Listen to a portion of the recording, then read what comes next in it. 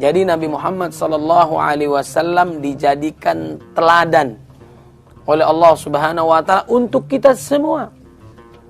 Bagaimana kita harus mengenal Nabi Muhammad SAW. Muhammad artinya terpuji, karena teruji.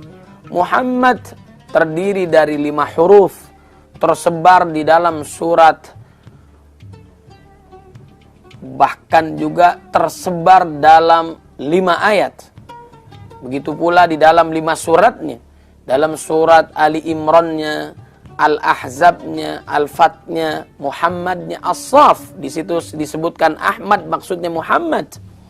Ini sosok yang luar biasa. Apabila seseorang disebutkan di dalam Al-Quran, maka itu sangat istimewa, diabadikan oleh Allah Subhanahu wa Ta'ala untuk dijadikan teladan untuk kita.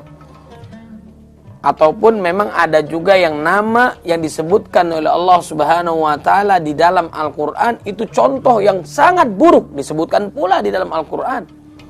Makanya kalau macan wafat atau mati meninggalkan belang, kalau gajah mati meninggalkan gadingnya, kemudian kalau manusia meninggal, dia meninggalkan namanya.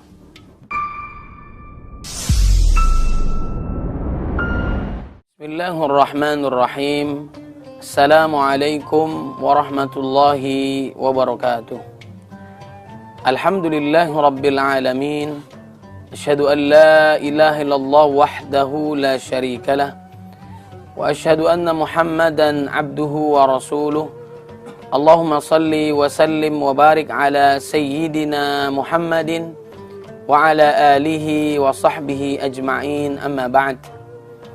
فقال الله تعالى في القرآن الكريم أعوذ بالله من الشيطان الرجيم بسم الله الرحمن الرحيم يا أيها الذين آمنوا اتقوا الله حق تقاته ولا تموتن إلا وأنتم مسلمون وقال النبي صلى الله عليه وسلم من سلك طريقا يلتمس فيه علما سهل الله له به طريقا إلى الجنة رواه مسلم. Sadaqallahul azim wa sadaqa rasuluhun nabiyul karim wa nahnu ala dhalika minasyahidin. Assalamualaikum Nusantara yang dimuliakan oleh Allah Subhanahu wa Ta'ala, pemirsa TV One di mana saja berada. Pada kesempatan kali ini kita akan membahas tentang keteladanan Nabi Muhammad sallallahu alaihi wasallam. Sebagaimana di dalam surat Al-Ahzab ayat 21. A'udzu billahi minasyaitonir rajim. Bismillahirrahmanirrahim. Laqad kana lakum fi Rasulillahi uswatun hasanatun liman kana yarjullaha wal yawmal akhir wa dzakarallaha katsira. Sungguhnya telah ada pada diri Rasulullah sallallahu alaihi wasallam itu suri teladan yang baik bagimu, yaitu bagi orang yang mengharap rahmat Allah dan kedatangan hari kiamat, dan dia banyak menyebut nama Allah Subhanahu wa Ta'ala. Jadi Nabi Muhammad SAW dijadikan teladan oleh Allah Subhanahu wa Ta'ala untuk kita semua. Bagaimana kita harus mengenal Nabi Muhammad SAW. Muhammad artinya terpuji, karena teruji. Muhammad terdiri dari 5 huruf, tersebar di dalam surat, bahkan juga tersebar dalam 5 ayat. Begitu pula di dalam 5 suratnya. Dalam surat Ali Imrannya, Al-Ahzabnya, Al-Fatnya, Muhammadnya, As-Saf. Di situ disebutkan Ahmad, maksudnya Muhammad. Ini sosok yang luar biasa. Apabila seseorang disebutkan di dalam Al-Quran, maka itu sangat istimewa, diabadikan oleh Allah Subhanahu wa Ta'ala untuk dijadikan teladan untuk kita. Ataupun memang ada juga yang nama yang disebutkan oleh Allah Subhanahu wa Ta'ala di dalam Al-Quran itu contoh yang sangat buruk, disebutkan pula di dalam Al-Quran. Makanya kalau macan wafat atau mati meninggalkan belang, kalau gajah mati meninggalkan gadingnya, kemudian kalau manusia meninggal, dia meninggalkan namanya. Nah ini nama jangan sembarang. Nama adalah sebuah doa dari orang tua untuk kita. Bahkan nama yang diabadikan di dalam Al-Quran pun itu ada yang sangat istimewa, ada juga yang sangat buruk. Jangan sampai salah kita. Kita mengenal Fir'aun ada di dalam Al-Quran. Alhamdulillah sampai saat ini mungkin kita belum pernah mendengar ada orang yang namanya Fir'aun, Qarun, Haman. Alhamdulillah kita tidak mendengarkan itu. Ada contoh yang sangat buruk. Ada juga contoh-contoh yang sangat baik, yaitu salah satunya adalah Nabi Muhammad sallallahu alaihi wasallam. Sebagaimana yang pertama di dalam surat Ali Imran ayat 144-nya disebutkan nama Nabi. Kalau Allah Subhanahu wa taala memanggil Nabi Muhammad sallallahu alaihi wasallam dengan istilah Nabi, ya ayuhan Nabi, atau ya ayyuhar rasul, atau Muhammadun Rasul, dan sebagainya. Karena Allah memuliakan nabinya yang sangat istimewa ini. Di dalam surat Ali Imran ayat 144 Allah berfirman, "Wa ma Muhammadun illa rasul." Muhammad itu tidak lain hanyalah seorang rasul. Dia adalah utusan Allah Subhanahu wa taala. Kemudian di dalam surat Al-Ahzab ayat 40, "Makana Muhammadun aba ahadim mir rijalikum walakin Rasulullahi wa khataman nabiyyin wa kana Allahu bikulli syai'in alima."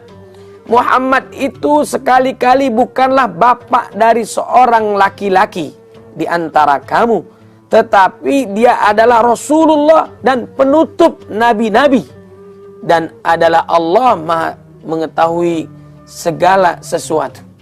Nah, ini dipanggil Nabi Muhammad sallallahu alaihi wasallam sebagai utusan Allah Subhanahu wa taala. Begitu pula kita perhatikan di dalam surat Al-Fat ayat 29-nya.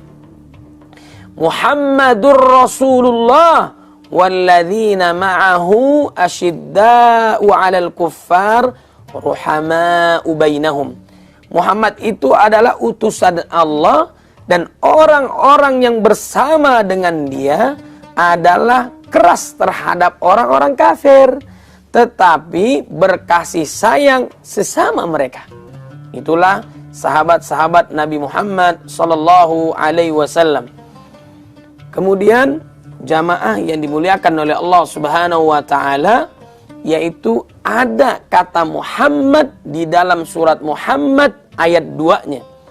Walladzina amanu wa 'amilus solihati wa amanu bima nuzzila ala Muhammad wa huwal haqqu min rabbihim kaffara annhum sayyi'atihim wa aslaha balahum.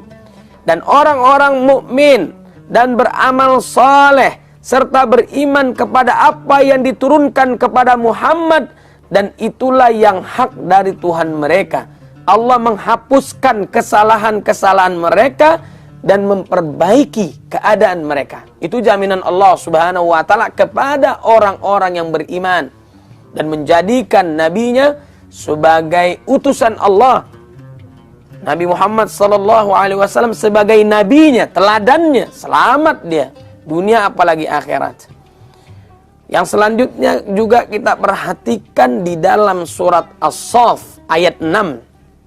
Lagi-lagi disebutkan maksudnya adalah Muhammad, walaupun disebutkannya ini adalah Ahmad. Wa idz qala Isa ibn Maryam ya bani Israil inni rasulullah ilaikum musaddiqan lima baina yadayya minat Taurah wa mubasysyiran bi rasuli ya'ti min ba'di ismuhu Ahmad.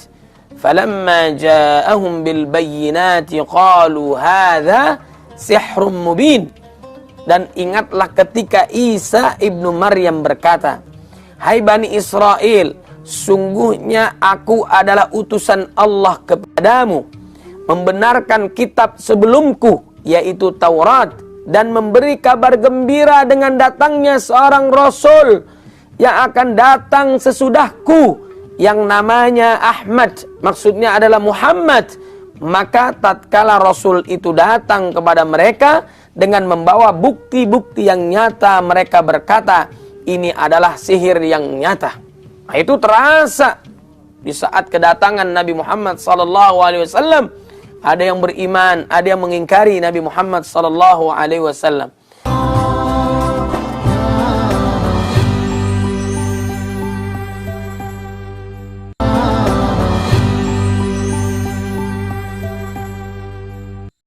Jamaah yang dimuliakan oleh Allah Subhanahu wa taala, itulah ayat-ayat yang menjelaskan nama Nabi Muhammad SAW. Bahkan dari zaman Nabi Adam alaihissalam sudah mengenal sosok Nabi Muhammad SAW, sudah dibaca di arsy-Nya Allah Subhanahu wa taala oleh Nabi Adam alaihissalam. Kemudian sampai ujungnya, yaitu di zaman Nabi Isa alaihissalam, sudah menantikan kehadiran baginda Nabi Muhammad SAW dengan kabar yang sangat gembira. Dialah Nabi Muhammad SAW. Maka oleh sebab itu kita harus mentaati Rasulullah SAW dengan segala perintahnya. Sebagaimana di dalam surat An-Nisa ayat 59. Ya ayyuhalladzina amanu atiullaha wa atiur rasul. Hai orang-orang beriman, taatlah kamu kepada Allah. Bayangkan, kita diminta oleh Allah Subhanahu wa taala. Biasanya kalau dipanggil orang beriman, satu perintah, satu larangan. Seperti perintah lainnya, ya ayyuhalladzina amanu kutiba alaikumussyam. Kemudian juga ya ayyuhalladzina amanu ijtanibu katsiran minadh-dhann. Jangan berprasangka buruk. Orang beriman itu nggak boleh ghibah, fitnah dan sebagainya. Nggak boleh memakan riba. Itu peringatan dari Allah Subhanahu wa taala yang kembali diingatkan oleh Nabi Muhammad SAW, memberikan kabar gembira dengan surga dan balasannya, memberikan peringatan kepada manusia akan kedahsyatan hari akhir, kedahsyatan siksaan Allah yang sangat pedih dengan nerakanya dan sebagainya. Makanya kita menjadi taat kepada Allah dan Rasulnya. Makanya kita mau meninggalkan apa yang dilarang oleh Allah Subhanahu wa taala dan Rasulnya. Jamaah TV One di mana saja berada yang dimuliakan oleh Allah Subhanahu wa taala. Kemudian taatlah kita kepada Rasul secara mutlak. Wa atiur rasul. Ya, taat kepada Rasul pun mutlak. Apa yang diperintahkan oleh Allah sama dengan yang diperintahkan Nabi. Allah mengangkat namanya, wa rafa'na laka dzikrak. Bahkan apa yang dilarang oleh Allah sama dengan yang dilarang oleh Nabi Muhammad sallallahu alaihi wasallam. Wa ma atakumur rasulu fakhudhuhu wa ma nahakum anhu fantahu. Jangan tanya lagi apa yang diperintahkan Allah dan Rasulnya, kerjain. Senang gak senang, taat saja. Apa yang dilarang oleh Allah dan Rasulnya, tinggalkan. Mau selamat gak di dunia? Mau bahagia gak di akhirat? Maka tinggalkan apa yang diharamkan, apa yang dilarang Allah dan Rasulnya. Totalitas, selamat kita insya Allah dunia dan akhirat. Jamaah yang dimuliakan oleh Allah Subhanahu wa taala, sedangkan di dalam ayat ini Allah melanjutkan wa ulil amri minkum. Ya, dan taatlah kita kepada pemimpin. Ya, tapi ini tidak secara mutlak. Tapi kita wajib taat kepada pemimpin, wajib taat kepada orang tua, wajib istri taat kepada suami selama mengajarkan, memerintahkan kepada kebaikan. Kalau mereka memerintahkan kepada maksiat, dosa yang diharamkan oleh Allah Subhanahu wa taala, maka tidak ada ketaatan untuk ketiganya. La ta'ata li makhluq fi maksiatil khaliq. Tidak ada ketaatan kepada makhluk selama mengajak kepada maksiat kepada Allah Subhanahu wa taala. Jamaah yang dimuliakan oleh Allah Subhanahu wa taala, Bahkan di dalam ayat ini, surat An-Nisa ayat 59-nya, fa in tanaza'tum fi syai'in farudduhu ila Allahi war Rasul in kuntum tu'minuna billahi wal yaumil akhir dzalika khairu wa ahsanu ta'wila. Jika kalian berlainan pendapat tentang sesuatu, maka kembalikanlah ia kepada Allah dan Rasulnya. Sunnah hadis Nabi Muhammad sallallahu alaihi wasallam. Lagi-lagi kita kembali kepada Allah dan Rasulnya kalaupun ada permasalahan. Karena sebaik-baik penolong kita adalah Allah Subhanahu wa taala. Sebaik-baik yang memberikan petunjuk di dunia adalah Rasulullah sallallahu alaihi wasallam. Jamaah yang dimuliakan oleh Allah Subhanahu wa taala, Allah Subhanahu wa taala memuji ciptaannya sendiri sebagaimana di dalam surat Al-Qalam ayat 4-nya. Allah memuji ciptaannya sendiri, yaitu Nabi Muhammad sallallahu alaihi wasallam. Wa innaka la'ala khuluqin azim. Engkau mempunyai budi pekerti yang sangat agung. Istri Nabi Muhammad sallallahu alaihi wasallam ditanya oleh para sahabat, bagaimana akhlak Nabi? Kana khuluquhul Quran. Akhlak Nabi adalah Al-Quran yang berjalan. Al-Quran yang berjalan. Itulah Nabi Muhammad sallallahu alaihi wasallam. Di antara keistimewaan Nabi Muhammad sallallahu alaihi wasallam dengan akhlaknya yang sangat mulia. Bahkan dunia 2/3 dikuasai oleh Islam karena hidayah Allah, karena perjuangan Nabi, karena akhlak Nabi Muhammad sallallahu alaihi wasallam. Pada saat Nabi dakwah, ya, ada orang yang mengotorinya dengan kotoran. Nauzubillah min dzalik. Pernahkah kita dakwah seperti itu? Padahal Nabi dengan lembutnya, dengan akhlaknya yang sangat menawan, mulia, hebatnya luar biasa. Pernahkah kita dalam dakwah diludahi? Itulah Nabi Muhammad sallallahu alaihi wasallam, dibuli, dihina, fitnah, ghibah dan sebagainya. Tapi siapa pertama kali orang yang menjenguk saat orang-orang yang membuli, menjelekkan Nabi, meludahi Nabi? Dia adalah Nabi Muhammad sallallahu alaihi wasallam. Dengan akhlak Nabi inilah menyebabkan seorang hamba Allah tadi beriman kepada Allah dan Rasulnya. Masya Allah, tabarakallah. Kemudian juga kebiasaan Nabi Muhammad sallallahu alaihi wasallam adalah menyuapi seorang kakek Yahudi yang sudah tua, giginya anggaplah tinggal 2, matanya buta. Dipapah makanan itu oleh Nabi dengan lemah lembut, baru dimasukkan ke dalam mulutnya. Dan ternyata orang Yahudi ini tidak tahu selama ini yang menyuapi adalah Nabi Muhammad sallallahu alaihi wasallam. Pada saat Nabi wafat dia baru tahu, karena diberitahukan oleh yang lain bahwa selama ini yang dibuli, yang dihina adalah Nabi Muhammad sallallahu alaihi wasallam, yang Nabi itu sendiri yang menyuapi orang tua ini. Masya Allah. Dengan sebab inilah hamba Allah ini yang tadinya tidak beriman menjadi beriman kepada Allah dan Rasulnya. Akhlak Nabi luar biasa. Kalau itu terjadi kepada kita, bagaimana? Apa yang harus kita lakukan? Kita menyuapi seseorang, orang ini malah menjelekkan kita, menghina kita, padahal kita sendiri yang menyuapi. Kita sendiri yang memberikan minuman. Tapi karena dia nggak lihat, apa yang kita lakukan? Minimal kita ambil kopi sianida, kita racuni dan sebagainya. Semoga dia tenang dalam sisinya. Itulah bedanya kita dengan Nabi Muhammad sallallahu alaihi wasallam. Walaupun ada yang membicarakan bahwa kita Nabi dengan kita bedanya sedikit. Nabi makannya sedikit, minumnya sedikit, istirahatnya sedikit. Kalau kita sedikit-sedikit istirahat, sedikit-sedikit makan, sedikit-sedikit tidur dan sebagainya. Nah, inilah bedanya kita dengan Nabi.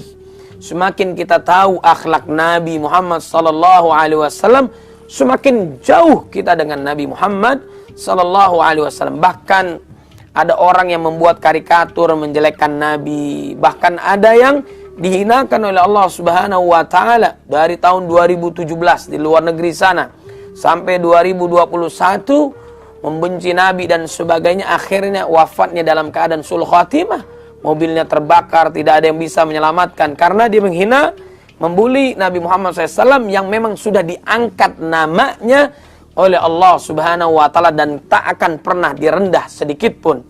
Itulah keistimewaan Nabi Muhammad sallallahu alaihi wasallam.